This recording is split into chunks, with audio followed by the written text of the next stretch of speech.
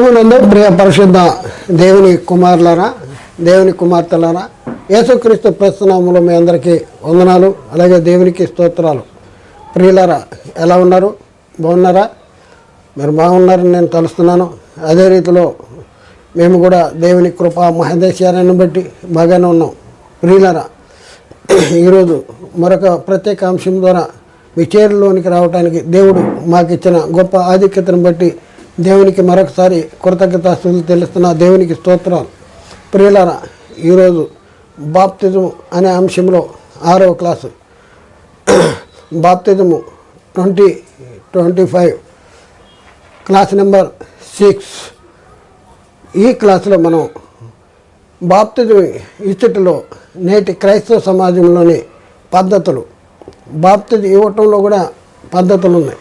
చాలా పద్ధతులను ఆచరిస్తున్నారు. ఎలా వాటిని గురించి మనం కొన్ని వాటిని గురించి మనం పరిశీలన చేద్దాం. పరిశీలన చేసి వాటిలో ఏది లేఖనానుసారమైన పద్ధతి, బాప్తిజం ఇచ్చే పద్ధతుల్లో ఏది లేఖనానుసారమైంది అనేది మనం లేఖనాన్ని ఉటంకిస్తూ, లేఖనాలను చూపిస్తూ మనం ఈరోజు తెలుసుకుందాం. మొదటిగా ప్రియులారా, మొదటిగా నొసటి మీద సెలవు వేసేటటువంటి పద్ధతి. నొసటి మీద సెలవు వేస్తారు, ఇట్లా సెలవు వేస్తారు. బాప్తిజం అంటే నొసటి మీద సెలవు వేస్తారు. అలాగే కొంతమంది ఏమో ఒక చెంబులో, ఒక గ్లాసులో నీళ్లు తీసుకొచ్చి ఇట్లా చిలకరిస్తారు. చిలకరింపు బాప్తిజం. నొసటి మీద సెలవు వేసేది బాప్తిజం అయితే ఒకటైతే, రెండవది చిలకరింపు బాప్తిజం. మూడో బాప్తిజం ఉంది. ఈ మూడో బాప్తిజం ఏంటంటే జెండా కింద నుంచి దూరటం. జెండా అట్లా పెడతారు, జెండా కింద నుంచి అటు నుంచి ఇటు వెళ్ళిపోతే బాప్తిజం అయిపోయింది అంటారు. మరొక బాప్తిజం ఏంటంటే ఇసుక గొయ్యదవుతారు. ఇసుక గొయ్యదవి అందులో పేకల దాకా ఇసుకలో పూడ్చుకుని అదే ఒక బాప్తిజం కింద వాళ్ళు ఫీల్ అవుతారు. అలాగే మరొక బాప్తిజం ఏంటంటే నీటిలో ముంచుడి బాప్తిజం ఒకటి ఉంది. నీటిలో ముంచుడి. మరి ఈ బాప్తిజ పద్ధతుల్లో బైబిల్ అంగీకరించేది పద్ధతి ఏది? ఏ బాప్తిజ పద్ధతిని లేఖనము లేక బైబిల్ అంగీకరిస్తుంది? ఏది లేఖనానుసారమైనటువంటి బాప్తిజ పద్ధతి అనేది మనం పరిశీలన చేస్తే ముంచుడు బాప్తిజమే కరెక్ట్ బాప్తిజము అనేసి లేఖనాలను బట్టి మనం చెప్పవచ్చు. అయితే ముంచుడి బాప్తిజం ఎందుకు సరైనది? మిగిలిన బాప్తిజాలు లేక ఇతర బాప్తిజ పద్ధతులు ఎందుకు సరైనవి కాదు? ఇది ఈరోజు మనం తెలుసుకుంటానికి ప్రయత్నం చేద్దాం. ప్రియులారా, మనం ముంచుడి బాప్తిజమే కరెక్టు అనేసి చెప్తున్నాం. మనము ఎందుకు ముంచుడి బాప్తిజమే సరైనది అనేది కూడా లేఖనాల్ని బట్టి మరి తెలియపరచవలసినటువంటి బాధ్యత మన మీద ఉంది. కాబట్టి ప్రియులారా, ఒకసారి ఆలోచించండి. అసలు బాప్తిజం ఇవ్వాలంటే చెంబుతో నీళ్ళు కావాలా, గ్లాస్తో నీళ్ళు ఉంటే సరిపోద్దా అంటే బైబిల్ ఏం చెప్తుందంటే నీళ్లు విస్తారంగా ఉండాలి అంటాడు.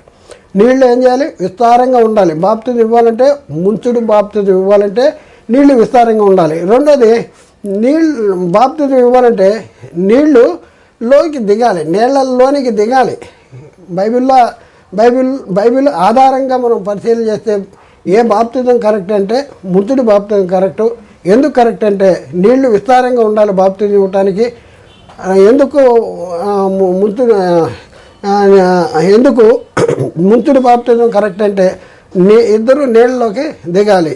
దీని గురించినటువంటి సంగతులు మనం పరిశీలన చేద్దాం. లేఖనాల్లో దీనికి ఆధారం ఏంటి, మనం చెప్పేదానికి ఆధారం ఏంటి, దాని గురించి మనం పరిశీలన చేద్దాం.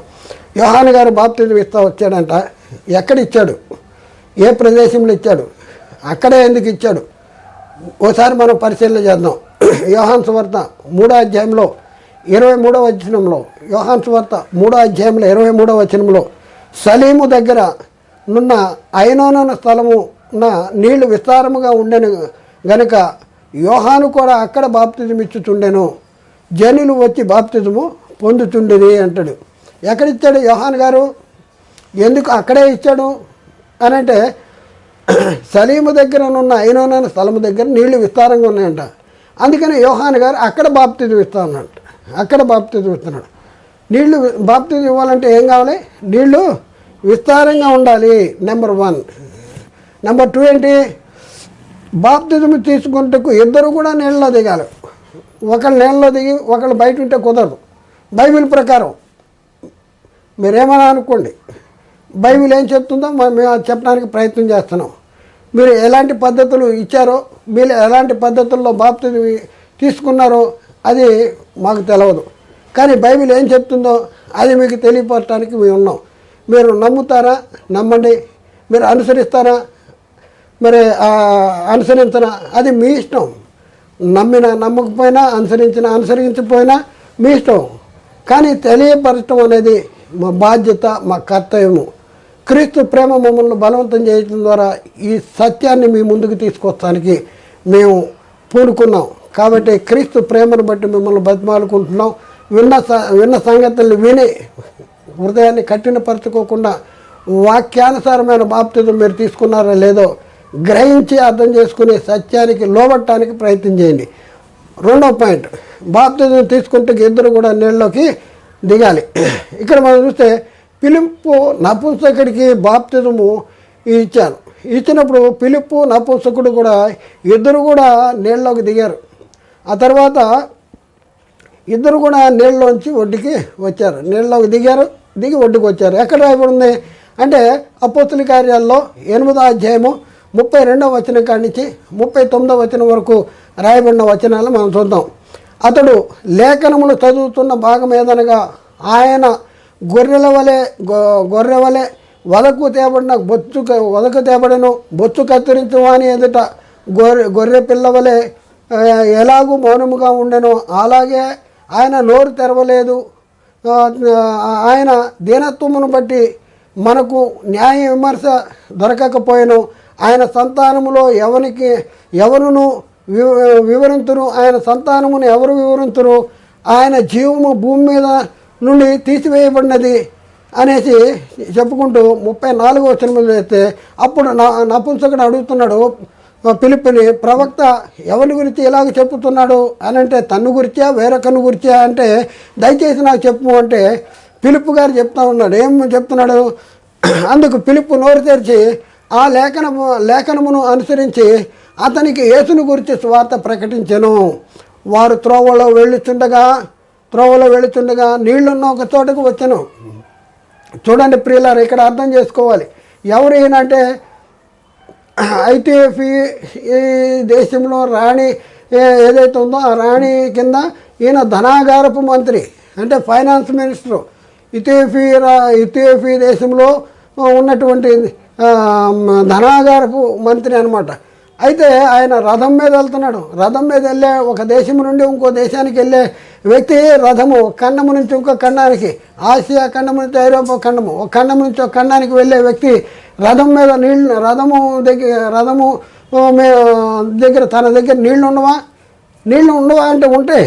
కానీ ఇదిగో నీళ్లు ఉన్నాయి కదా, ఈ చెంబులో నీళ్లు ఉన్నాయి, మర చెంబులో నీళ్లు ఉన్నాయి, లేకపోతే ఈ కుజాలో నీళ్లు ఉన్నాయి, నాకు బాప్తిజం ఇచ్చే అన్నాడా? లేదు, అనలేదు. ఏమన్నాడు? నీళ్లున్న ఒక చోటుకు వచ్చిందంట రథం. వచ్చినప్పుడు గౌక్కన ఆపు అన్నాడు. ఆపు అని ఏమంటాడు? వచ్చినప్పుడు నపుంసకుడు ఇదిగో నీళ్లు, నాకు బాప్తిజం ఇచ్చేట్టుకు ఆటంకం ఏమని అడిగి రథం వెళ్ళిపోమని చెప్పాను. చూడండి, నీళ్లున్న ఒక చోటుకు వచ్చాడు అంటే చిలకరింపు బాప్తిజం తప్పు అనేది మనకు అర్థమవుతుంది. ఎందుకు అంటే నపుంసకుడి దగ్గర నీళ్లు ఉండవు అంటే నీళ్లు ఉంటాయి, కానీ నీళ్లున్న ఒక చోటుకి వచ్చినప్పుడు ఎందుకు ఆపమన్నాడు? చిలకరింపు బాప్తిజం కరెక్ట్ కాదు. రెండోది ఏంటంటే నీళ్ళున్న దగ్గరికి వచ్చినప్పుడు ఏం జరిగింది అంటే 37వ వచనంలో ఫిలిప్పు నపుంసకుడు ఇద్దరు కూడా నీళ్ళలోకి దిగారు. 37లో ఏముంది? ఫిలిప్పు నపుంసకుడు ఇద్దరు కూడా నీళ్ళలోకి దిగారు. అంతటా ఫిలిప్పు అతనికి బాప్తిజం ఇచ్చాడు. ఇద్దరు నీళ్ళలోకి దిగినప్పుడు ఫిలిప్పు బాప్తిజం ఇచ్చాడు. ఆ తర్వాత 39వ వచనంలో వారు నీళ్లలో నుండి వెలుపలికి వచ్చినప్పుడు అంటే నీళ్లలోకి దిగారు, నీళ్లలో నుండి వెలుపలికి వచ్చారు. అంటే నీళ్లు విస్తారంగా. యోహాను కూడా బాప్తిజం ఎక్కడిచ్చాడు? సలీము దగ్గర ఉన్న ఐరోనా స్థలం దగ్గర బాప్తిజం ఇచ్చాడు. ఎందుకంటే అక్కడ నీళ్లు విస్తారంగా ఉన్నాయి. అంటే బాప్తిజం ఇవ్వాలంటే నీళ్లు విస్తారంగా ఉండాలి. బాప్తిజం ఇవ్వాలంటే ఇద్దరు కూడా నీళ్ళలోకి దిగాలి. అలా దిక్కోకుండా చిలకరింపు కానీ, జెండా కింద నుంచి కానీ, నుసుని మీద సెలవు వేస్తాం కానీ, ఇసుక గుంట చేసి గుంటలో దిగటం కానీ, ఇంకా ఏ ఇతర పద్ధతుల్లో బాప్తిజాలు తీసుకున్నా కూడా అవి లేఖనానుసారమైన బాప్తిజాలు కాదు. దానివల్ల రక్షణ రాదు. అది క్రీస్తు మరణంలోను క్రీస్తు పునరుద్ధానంలోను పాలివారు కారు. బాప్తిజంలో ఆయన మరణంలో పాలు పొందుతున్నాం, తిరిగి లేగుతున్నాం.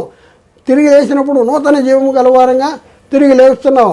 మరి పాతి పెట్టబడాలి, తిరిగి లేగాలి. నొసటి మీద సెలవు వేస్తే, సెలవు గుర్తెత్తే అది బాప్తిజమా? జనా కింద నుంచి దూరిపోతే బాప్తిజమా? ఒకసారి ఆలోచించండి. చిలకరింపు బాప్తిజమా? ఎవరు చెప్పారు మీకు? బైబిల్ చెప్తుందా? బైబిల్ చెప్పనే అనేక ఇతర పద్ధతుల్ని సాధారణ క్రైస్తవ సమాజంలో ప్రవేశపెట్టి మీరే క్రైస్తవులు, మీకు తప్ప ఎవరు, మీకే పరలోకం, మీకు తప్ప ఎవరికి పరలోకం లేదని మన మభ్యపెట్టుకుంటూ మనల్ని మోసం చేస్తున్నాడు. ప్రియులారా, సాతానుగాడు మోసం చేస్తున్నాడు. అనేక మందిని వాడు అనుచరుల్ని ఏర్పాటు చేసుకుని సాతాను తానే వెలుగుదూతం వేషం ధరించుకున్నాడు. వాని పరిచారకులకు నీతి పరిచారకుల వేషం ధరింపజేసినాడు. ఇది ఆశ్చర్యం కాదంటాడు. ఇది ఆశ్చర్యం కాదు. మోసపోతున్నారు జనాలు, మోసపోతున్నారు. 39వ వచనం, వాళ్ళు నీళ్లలో నుండి వెలుపలికి వచ్చిరి. 37వ వచనం, పిలుపు నపుంసకుడు ఇద్దరు నీళ్ళలోకి దిగారు. 37లో 39, వారు నీళ్లలో నుండి వెలుపలికి వచ్చారంట. బాప్తిజం ఇచ్చాడు పిలుపు నపుంసకుడికి. మరి బాప్తిజం ఇవ్వాలంటే నీళ్లు విస్తారంగా ఉండాలి. అదిగో నీళ్ళు అంటాడు. ఇద్దరు నీళ్ళలోకి దిగాల, నీళ్ళలోకి దిగితేనే బాప్తిజమా? అవును, నీళ్ళలోకి దిగితేనే బాప్తిజం. చిలకరింపు బాప్తిజం కాదా? కాదు. ఇక నుసిటి మీద సెలవెత్తే కాదా? కాదు, అది కాదు. జెండా కింద నుంచి వెళ్ళేది బాప్తిజం కాదా? బైబిల్ ప్రకారం కాదు. నేను చెప్పేది ఏంటంటే నా ఉద్దేశం కాదు, బైబిల్ ప్రకారం కాదు. అది బాప్తిజంగా పరిగణించబడదు అని చెప్తున్నా. యేసుక్రీస్తు కూడా బాప్తిజం పొందినప్పుడు నీళ్లలోనికి దిగినట్టు మనం చూస్తున్నాం. నీళ్లలో నుండి ఒడ్డుకు వచ్చాడు, నీళ్ళలోకి దిగి నీళ్ళలోంచి ఒడ్డుకు వచ్చాడు అనేసి బైబిల్లో ఉంది. మత్తయి సువార్తలో 3వ అధ్యాయం 16వ వచనంలో యేసు బాప్తిజం పొందిన వెంటనే నీళ్లలో నుండి ఒడ్డుకు వచ్చినాం అంటే బాప్తిజం తీసుకుంటానికి ఎక్కడికి వెళ్ళాడు? నీళ్లలోనికి వెళ్ళాడు. బాప్తిజం తీసుకున్న తర్వాత ఎక్కడికి వచ్చాడు? నీళ్లలో నుండి ఒడ్డుకు వచ్చాడు. మత్తయి సువార్త 3:16లో రాయబడిన మాట. కాబట్టి ఆలోచన చేయండి ప్రియులారా, ఆలోచించండి, అర్థం చేసుకోండి. మీరు తీసుకున్న బాప్తిజాలు కరెక్టా కాదా? బాప్తిజాలు కరెక్ట్ కాకపోతే మన పరిస్థితి ఏంటి ఒకసారి ఆలోచన చేయండి. మా సంఘం పెద్ద సంఘం, గోడలను చూసి మా సంఘం పెద్ద సంఘం, మా సంఘంలో అన్ని లైట్లు ఉంటాయి, మా సంఘంలో ఏసీ ఉంటుంది, మా సంఘంలో కుర్చీలు ఉంటాయి, మా సంఘంలో అవి ఉంటాయి, మా సంఘంలో ఇవి ఉంటాయి, నిన్న పరలోకం తీసుకెళ్ళవు. నువ్వు తీసుకున్న బాప్తిజం కరెక్టా కాదా ఒకసారి గుర్తుంచుకోవాల్సిన అవసరం ఉంది. కరెక్ట్ అయితేనే, పునర్జన్మ సంబంధమైన స్నానం అయితేనే, పునఃస్థితి స్థాపన సంబంధమైన స్నానం అయితేనే, వాక్యమూలమైన నీ జన్మ అయితేనే, అక్షయ బీజము నుండి నువ్వు పుట్టింపబడితేనే, నువ్వు కొత్తగా జన్మిస్తేనే, ఆత్మ మూలంగా జన్మిస్తేనే నువ్వు పరలోక రాజ్యంలో చేర్చబడతావు, పరలోకానికి హక్కుదారుడుగా అవుతావు. అలా కాకుండా నువ్వు తీసుకునే బాప్తిజం పద్ధతులు సరైనవి కాకపోతే, సరైన బాప్తిజం తీసుకోకపోతే వాక్యాన్ని బట్టి మనకు అర్థమయ్యేదంటే నిత్య నరకము. ఇచ్చినవాడు నరకానికి వెళ్తాడు, తీసుకున్నవాడు నరకానికి వెళ్తాడు. కాబట్టి మనం ఎక్కడున్నాం, మీరు ఎక్కడున్నారు, మీ పరిస్థితి ఏంటి? మీరు ఒకసారి ఆలోచించుకోండి. లేఖనాన్ని బట్టి ఆలోచించండి, అర్థం చేసుకుంటానికి ప్రయత్నం చేయండి. మీ ఎవరిని కూడా వ్యక్తిగతంగా, సంఘపరంగా, సంస్థపరంగా ఎవరిని తప్పు పట్టుకోవాలని మేము చెప్పట్లా. బైబిల్ ఎలా ఉంది, బైబిల్ ఎలా చెప్తుంది అని తెలియపరచడానికే మేము ముందుకు వచ్చాం. అర్థం చేసుకోండి, ఆలోచించండి, సత్యాన్ని గ్రహించడానికి ప్రయత్నం చేయండి. దేవుడు మాట్లాడిన ప్రతి మాట ప్రతి ఒక్క హృదయంలో నీరుగట్టి ఫలింపు చేయను గాక. ఆమేన్. అందరికీ వందనాలు, దేవునికి స్తోత్రాలు.